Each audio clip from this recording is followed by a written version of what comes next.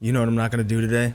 I'm not going to delete an entire episode after we're done recording. That's what I'm not going to do. Yeah, that's rough, dude. That was tough. Yeah, I was pretty upset with myself, to be honest. It was tragic. I was screaming. I was shouting. I was very upset. How's your day? It's going all right. Just started. Had some breakfast. Had some eggs. Had some porridge. That sounds disgusting. It was pretty basic, but it gets the job done. Right. Well, anyway, for those of you who... Actually, nobody knows this because we deleted the episode, but we got a whole new podcast set up. As you can see visually right now. Looks a lot better. We're in a studio now. We're no longer at the kitchen table. So take that for what it is, and yeah, we should be getting a little bit more quality on your end from here on out. So hope you enjoy. What's new? NBA's back. Watching a lot of basketball. Is that right? Yes. Lakers finally got their first win. Hold on, we forgot the ASMR intro. It's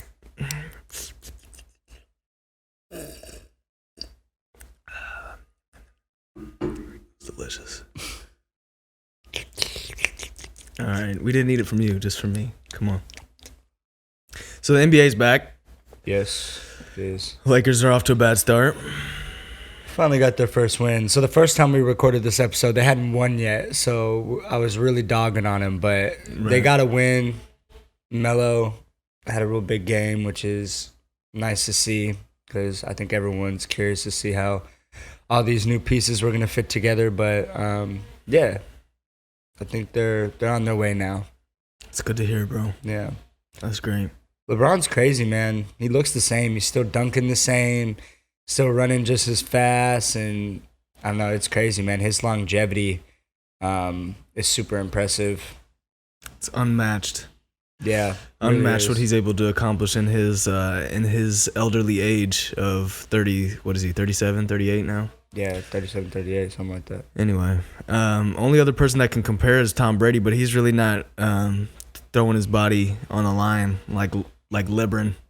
He has longevity for sure, but yeah, he's not still performing at a super like explosive pace or anything like that. I mean, Tom has found a way to conserve, but LeBron looks like he's playing the same way that he was when he was 25, you know? So yeah. Shout out to sports medicine. Yeah, for real. He is a I totally forgot the word I was going to say, but you know, he's an anomaly. Definitely. Yeah, crazy stuff. What do you think about that Alec Baldwin situation? He was shot he shot and killed somebody on set. That was pretty not good. Yeah, it's messed up. Super sad. There's a lot like that situation with Brandon Lee, Bruce Lee's son, on the set of The Crow. I don't know if you've seen that movie. That movie's dope. But I haven't seen it, but I've heard about the situation for sure. Yeah, so very similar. Fire the prop guy, man. Like, what? Somebody's got to be held accountable for that. Yeah, I wonder how that works because, I mean, I imagine that Alec Baldwin won't be at fault.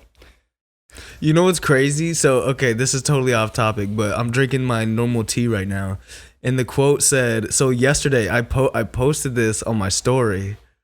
The quote says, so I had my normal tea yesterday morning. I posted the little tag on the tea, the yogi tea, and it said, I literally have the exact same quote on my tea today. It says, the world needs your unique gifts. Don't leave them, don't leave with them still inside you.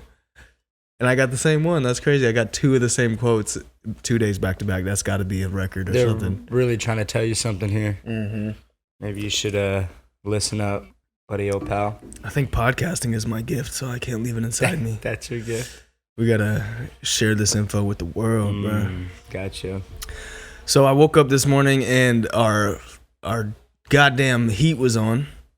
which I wasn't really that upset about because I like a little toastiness in the morning when I roll out of bed. But they got me thinking.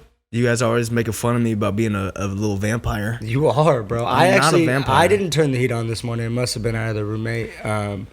But yeah, Bryce likes to sleep with it at like 2 degrees Celsius in here. It's not because that's what I like. It's because that's what's most beneficial to the human physiology. So you have a coffin in there? A coffin? Yeah, that's pretty hilarious, bro. Good one. I was doing some research. I looked up a sleep study. God. And here we go, guys. This is good stuff, guys. The sleep study actually found that there's a significant difference in your sleep quality when you sleep at the right temperature, right? And it was a poll done by the National Sleep Foundation. They found that a cool room temperature was one of the most important factors in getting a good night's sleep, as with many, as 4 out of 5 respondents saying that this was important to them. And they actually did studies. They did studies on this, and it says that approximately 65 degrees Fahrenheit is the ideal temperature to fall asleep. What? 65. 65 65, which is chilly. That's pretty cold. It is, but that's what humans were adapted like to. My nips are gonna be hard. Oh, easily. At 65 degrees. I'm ready. They're gonna be diamonds right there, rock solid. Wait, so what are the benefits? So that's the ideal temperature, they said, but what are the physical benefits of sleeping at 65 So degrees? the study goes on to say our bodies are programmed to experience a slight dip in core temperature in the evening. So turning the thermostat down at night may help with temperature regulation and signal your body that it's time for bed. So it's basically it whatever, your deep sleep cycles, your REM, your stage 4 sleep, whatever that is, like, it's benefited by sleeping in a cooler environment. So if you didn't know that, then now you do, and there's no excuse. Turn that thermostat down. Well, bring that AC bill up. Bryce only looked this study up to prove what he does is the right way of doing it. Mm-hmm. But we appreciate the information. That's good. That's good stuff. It is. So turn your ACs on. Sleep cold. I don't know if you guys can hear it, but there's a freaking weed whacker going crazy in the background. But hopefully these new mics are not quite that sensitive, and they're doing their job of filtering out all the bullshit. Yeah, I think we're okay. I think we're chilling. There was another study that I was looking up the other day, and it talked about children who eat more fruit and veggies have better mental health. And I read the headline, and isn't that obvious? That's what I know. I read the headline. I read the headline, and I was like, duh. But it's crazy because a lot of people don't understand. They don't make the connection between what they eat and how it manifests in their body. Like, some people are so disconnected from like what they put in their body and how that affects them. Like, they don't think, like, yeah, maybe they understand that what they put in their body affects their weight and things like that, but they don't understand how it affects their sleep and their mood and their energy levels from a cellular standpoint and like all this other stuff. So yeah, the headline seems obvious. It's like, duh. But yeah, that's what they found, that children who eat more fruit and veggies, so basically children who get their micronutrients in, are significantly less likely to have mental health issues growing up. So the study is it was one of the first to investigate the associations between fruit and vegetables and breakfast and lunch choices and then their mental well-being. So this was a study done in the UK with almost 9,000 children in 50 different schools, and the results were pretty conclusive that kids with their fruit and veg are smarter and healthier in the mental. I mean, not to take it to a political level, but I think like what that really speaks to too is like whatever's available in certain communities is really going to shape like opportunity for that group of kids in that community. What do they call those zones where food deserts? Food deserts, yeah, that's a real thing. We live here in LA, and there's a lot of areas in like the not so good parts of LA where it's like you got 10 7-Elevens in every direction that you could look at, but you can't find a goddamn decent grocery store to save your life. So yeah, that is a big problem. Yeah, no, I mean, food deserts are a very real thing, and it goes like hand in hand with like redlining and all these other like socioeconomic / like geographical or location based Right. social issues. But yeah, get your kids their fruit and veggies. Otherwise, they'll probably beat you up. Well, they might not have the mental fortitude to do that. They might not be able to. I don't think they're going to be as adept at picking up boxing as the other kids that are eating their fruit and veggies. They're going to have a hard time with that. But I mean, even for myself, I notice it with myself when I'm eating at least a few cups of spinach a day, getting my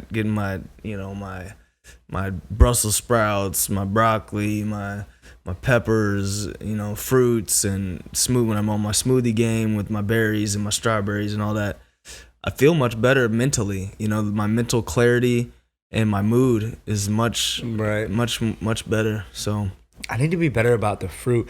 I've been taking like a fruit and veggies, like the Amazing Grass. Mm-hmm. I've been taking that for the longest time. I stopped taking it when I was running into all these gut issues. I figured I should probably stop supplementing so much, like refined, just processed stuff in general. Yeah, not just carbs, but just refined and over processed stuff in general.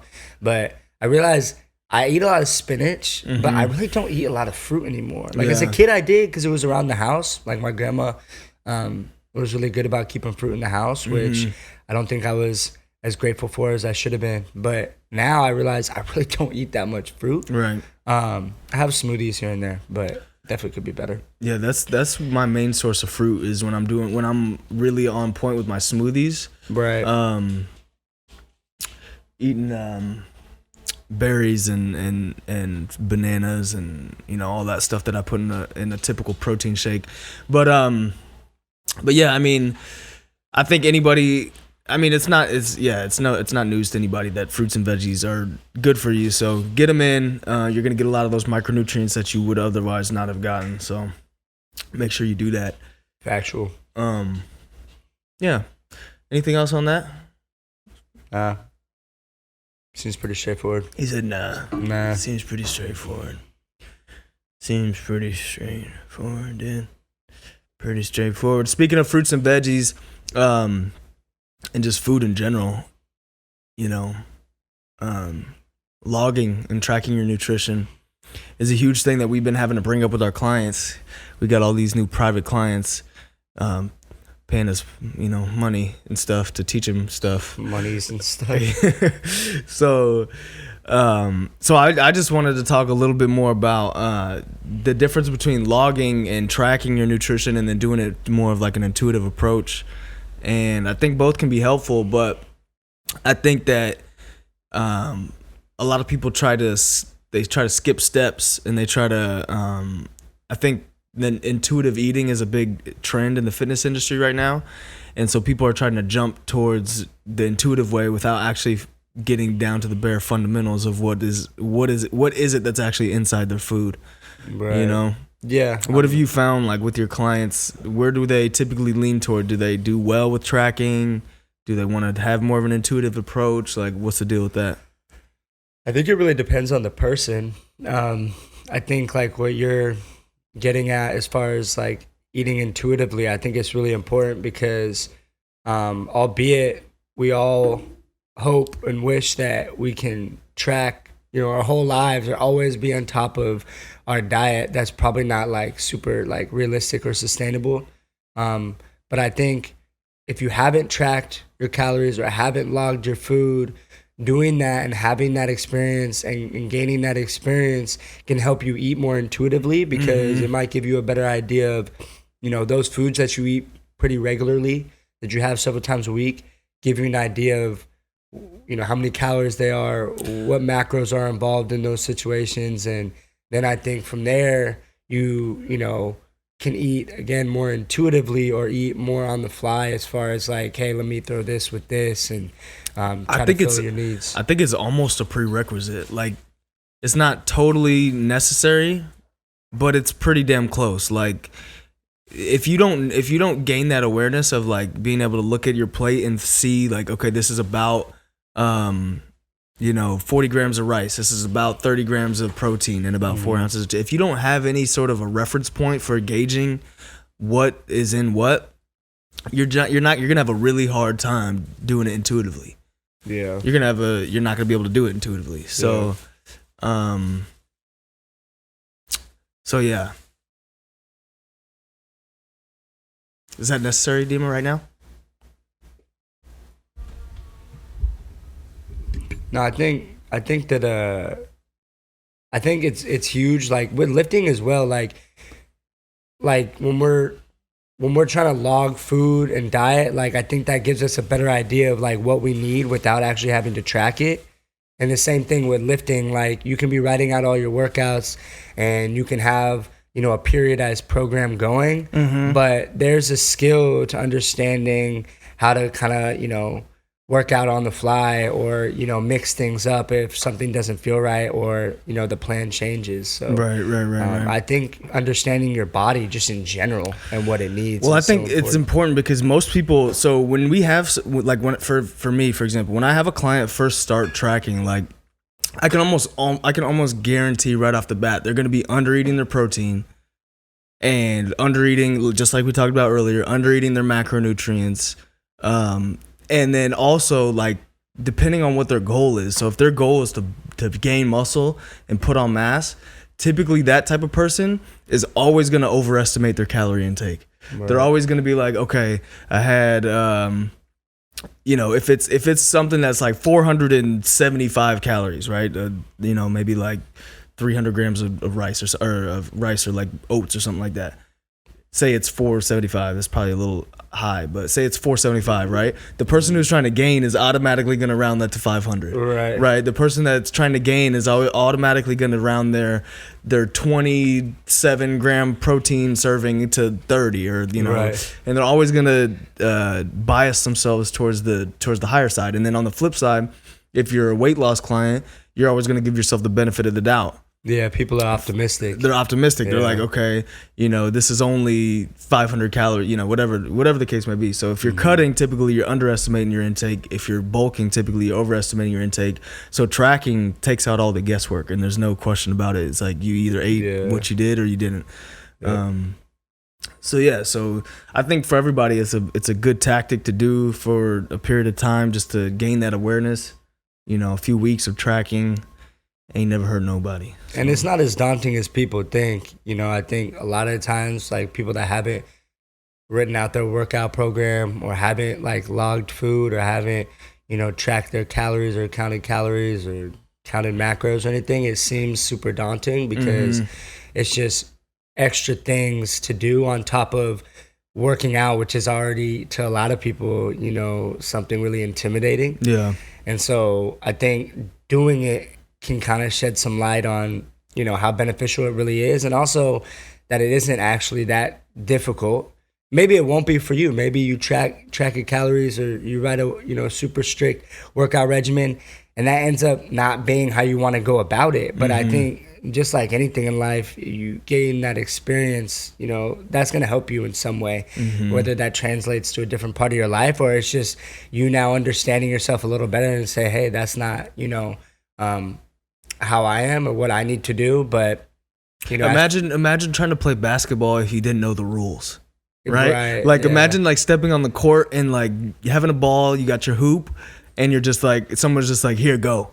And they're just like, do it. You just do it intuitively. You take off with the ball, not even dribbling. Yeah, exactly. You're like, do it intuitively, and you're like, okay, I'm gonna do it intuitively. But if you don't know the rules, then it's gonna be hard to put it on autopilot. So. But then if you find out the rules, you find out, I got to dribble before I can, move around and shoot. Yeah. Yeah, maybe you realize, man, my handles suck, and I'm not good at basketball. But at least now you know. Exactly. Exactly. So maybe my protein intake sucks, but at least now I have an idea of where it's at and what to do to correct that. So, boom. But you were talking a little bit about people being insecure, or what's the word? I think you said insecure about going to the gym, getting into their fitness, not knowing really what to do.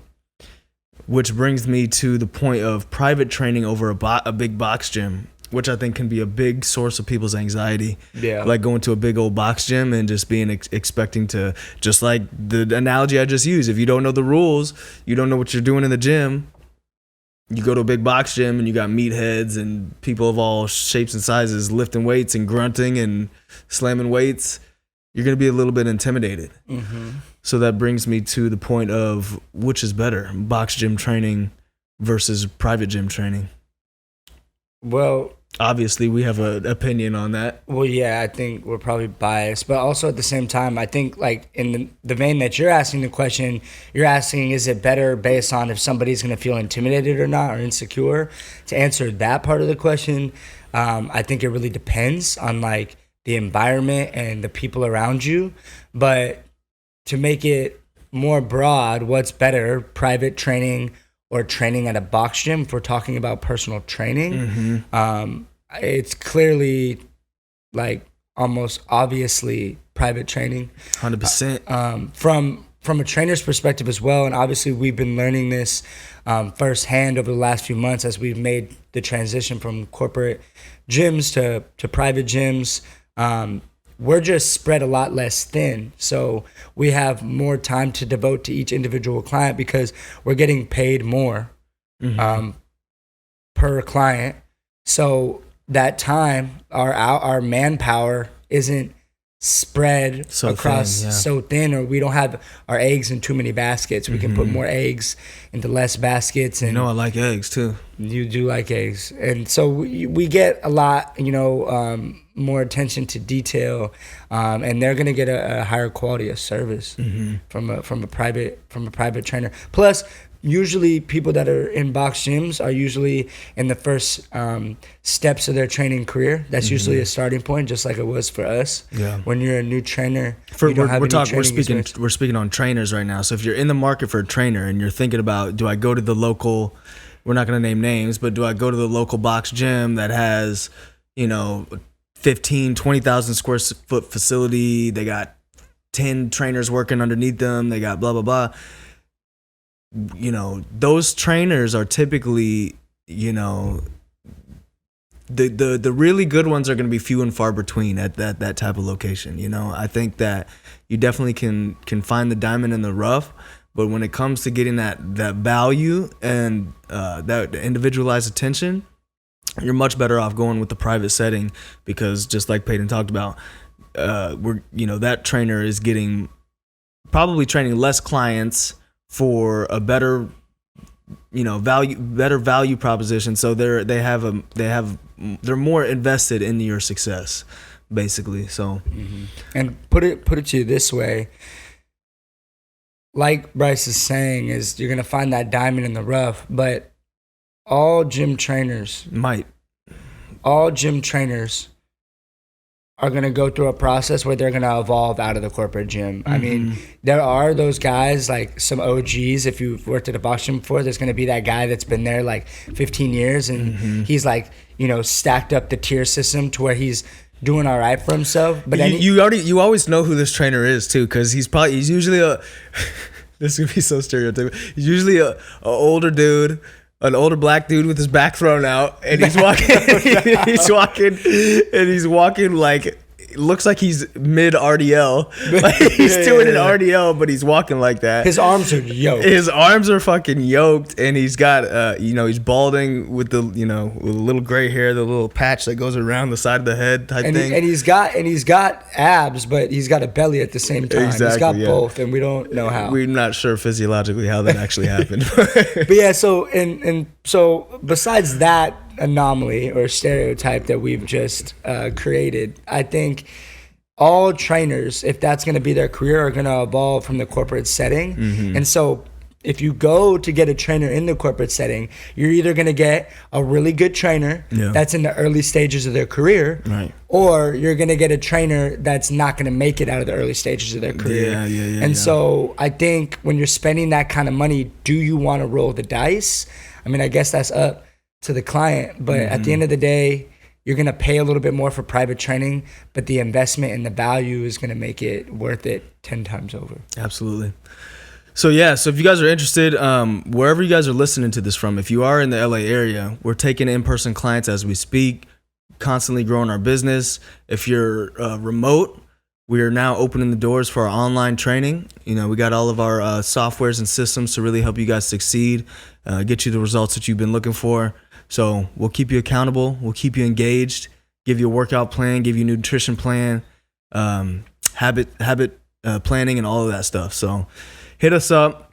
I think that's all we got for you today. We appreciate everybody for tuning in. I'm Bryce. This is my co-host Paydyn. You can catch us on social media. I'm at Bryce J. Gibson. He's at Paydyn, or you can check us out on our business page. That's Operation Unlimited, or you can visit operationunlimited.com to find out more about our training. And thank you all for listening. Peace.